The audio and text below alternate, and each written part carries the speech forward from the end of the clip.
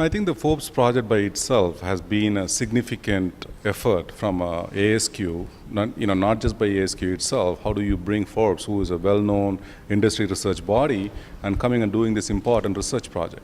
So that kind of adds a lot more value and weight to the whole thing, not just by ASQ doing a project by the community.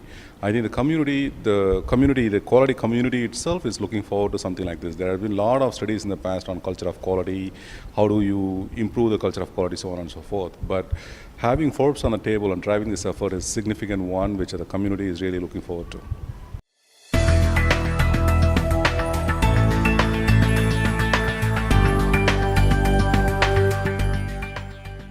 My perspective on this is that quality, as we know, has been in existence for so many years. Six Sigma, Lean, TQM has been in existence for 40 years. There is nothing new. But with the way the technology and the business has evolved in the last few years, it has gone global, the product cycle time, everything has come down. There is a real pressure on the quality community or the quality professionals to do things faster, better, and cheaper.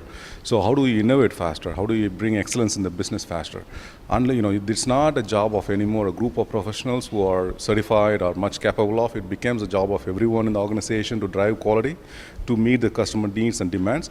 I think how do you improve the culture of quality across the organization is paramount at this time of the business.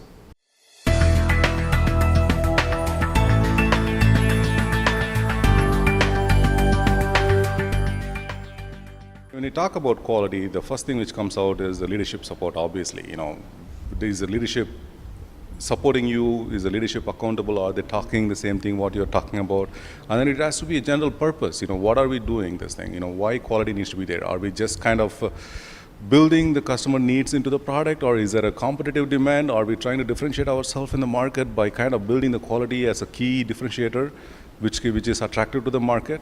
I think that's the driving force. Quality is much more, even at Microsoft, from what I'm seeing, is quality is not like a centralized corporate function or a field function, whatever it is. It is getting more and more centralized part of the product initiation, the incubation, the development and launch and everything. So it's kind of crying out that, it's no more quality is taken for granted. It has to be given at the highest level.